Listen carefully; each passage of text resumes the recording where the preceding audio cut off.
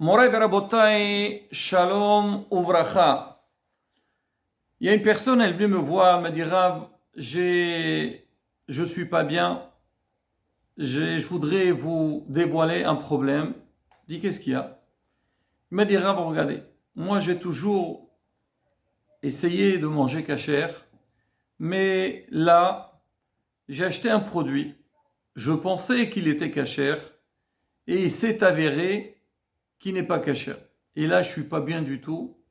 Comment j'ai pu transgresser cette règle-là? Pourquoi? Et même, croyez-moi, Rav, j'arrive pas à dormir, je suis pas bien du tout. C'est vrai quand j'avais consommé ce produit-là, j'ai douté un petit peu. Mais après j'ai dit non, a priori il n'y a pas vraiment de problème. Et là je ne sais pas quoi faire et je suis très embêté. Qu'est-ce que vous pensez? Qu'est-ce que je dois faire? Alors je lui ai dit, tu sais, la question que tu me poses me rappelle une autre question qui m'avait posé une fois quelqu'un, et il m'avait dit de demander à Rabbi Meir Mazouz s'il pouvait lui donner une solution et pour lui dire c'est quoi le tikkun à faire. Mais moi, avant de dire ce qu'il a dit notre maître Rabbi Meir Mazouz, je voudrais raconter une histoire qui est liée à ça. Alors l'histoire s'est passée à l'époque de l'Inquisition. Il s'agissait de deux bons juifs. C'était des commerçants et ils voyageaient d'un pays à un autre pour leur parnassa. Alors une fois, ils avaient voyagé sur un bateau et en plein milieu de voyage, leur haleinu ve'alechem, il y a eu une très grande tempête et le bateau, s'est noyé. Mais ils avaient eu une chance, ces deux personnes-là, Baruch Hashem, ils ont réussi à arriver au bord de la mer. Bien sûr, il était complètement cassé, mais une fois arrivés, la chance qu'ils avaient, s'ils sont arrivés dans une ville espagnole, il y avait des pêcheurs qui étaient sur place. Ils les ont pris, ils les ont pris en charge, ils les ont emmenés chez eux à la maison. Chaque pêcheur, il a pris un autre juif et Baruch Hashem, ils ont réussi, ils ont été sauvés. Ils ont passé 3 semaines, le temps qu'ils se rétablissent. Ces deux juifs, ils n'avaient aucun contact. Chacun, il était pris dans une autre maison. Et 3 semaines plus tard, les deux, ils se sont rétablis. Alors leur hôte, alors ils ont su de quelle ville ou de quel endroit ils venaient. Alors ils ont su que tel et tel jour, il y avait un bateau qui devait repartir à leur ville. Ils les ont amenés à bord. Et Baruch Hashem, donc, ils ont pris le chemin. Alors, une fois qu'ils étaient dans le bateau, et le bateau, il a commencé à avancer, un des deux, il a commencé à pleurer. Son copain, il le voit pleurer, il lui dit, dis-moi, je comprends pas, qu'est-ce qu'il y a? Pourquoi tu pleures de joie que Baruch Hashem, on a été sauvés? Il a dit, écoute, t'inquiète pas, Bezat Hashem, quand on va arriver à destination, on ira à la synagogue, on fera Birkat Gomel, on fera une grande Sordat Odaya, remercier Hachem pour le miracle qu'on a eu. Il lui a dit certes que Hachem nous a fait un grand miracle, mais je pleure pour une autre raison. Il a dit pourquoi?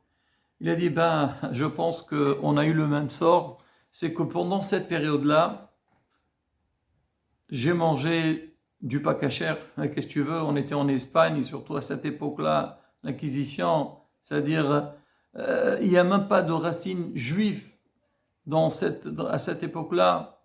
J'ai pas mis les tefilines, ni Shabbat.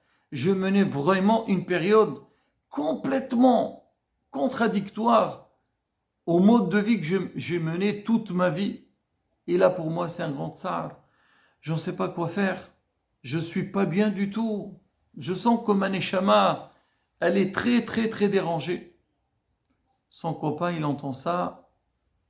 Et lui, quand il finit, il dit, mais dis-moi, et toi, tu n'es pas dérangé pour ça? Son copain, il entend ça.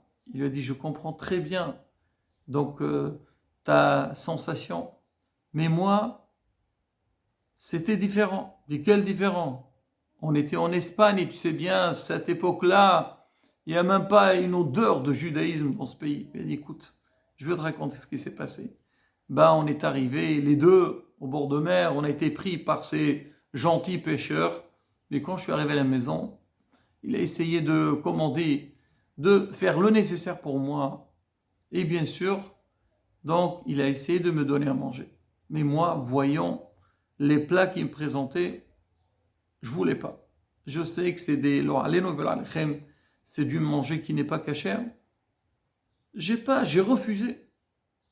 Il essaye, il me forçait. Je dis non, non, non. Si vous voulez, donnez-moi un peu d'eau, des légumes, des fruits, je mange. Plus que ça, non, je ne mange pas. Je suis végétarien.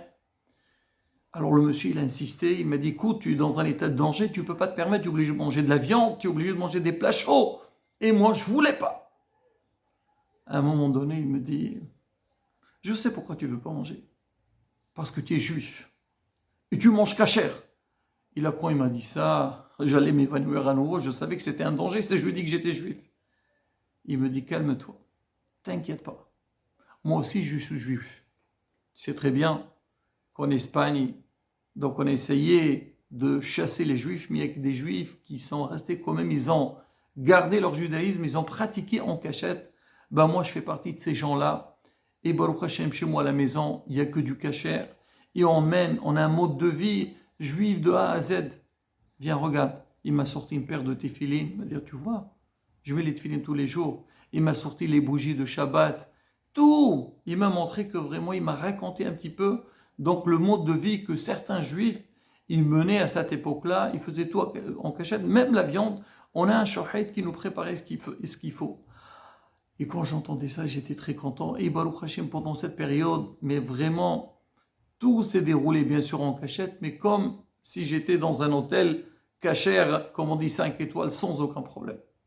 Son compagnon, il entend ça, il a pleuré, il dit, oh là là, il dit pourquoi? Il a dit, ben, regarde, moi déjà, j'ai pas mangé cachère, j'ai pas mené une vie juive, et en plus, je pouvais me dire, oh, peut-être, mais comment ça se fait que moi, toi tu as eu la chance donc de respecter ta religion, et moi j'ai pas pu. Il dit, écoute, ça je ne sais pas.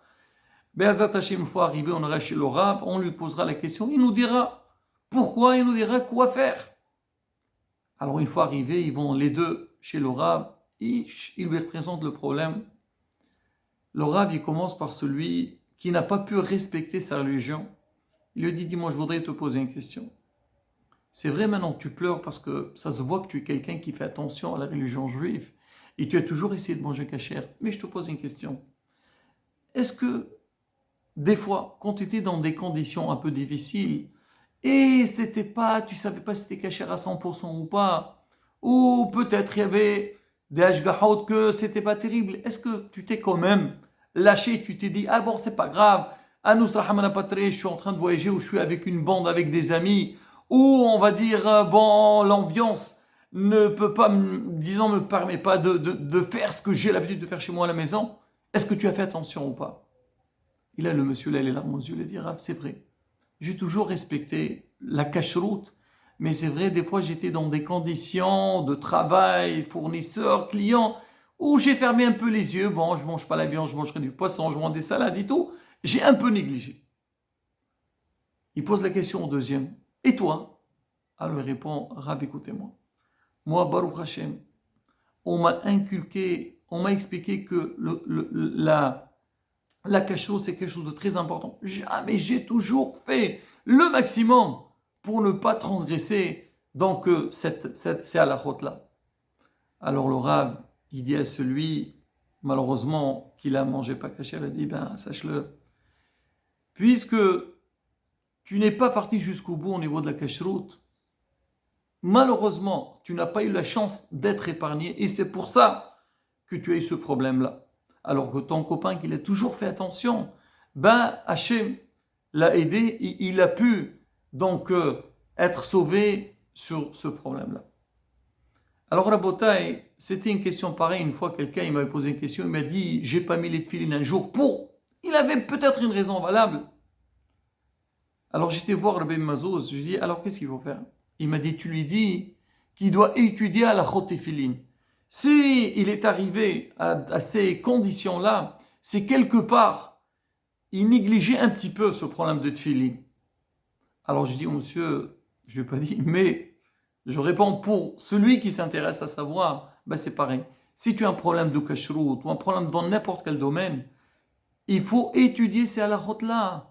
Est-ce que vraiment tu as toujours respecté ça ou est-ce que bichlal, tu t'es intéressé à savoir qu'est-ce qu'il est vraiment permis, qu'est-ce qu'il est vraiment interdit?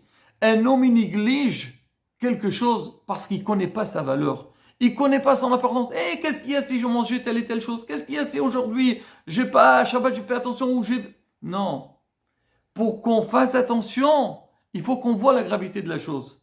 Quand est-ce quelqu'un qui conduit, il commence à faire très attention et respecter le code de la route, c'est quand une fois qu'il a un bon PV et il a payé très cher, là maintenant il fait très attention. Il va plus parler au téléphone quand il conduit. Il fait attention au feu rouge, respecter la limite des vitesses. Pourquoi? Parce qu'il sait une fois il n'a pas respecté, il a été vraiment commandé, puni comme il faut.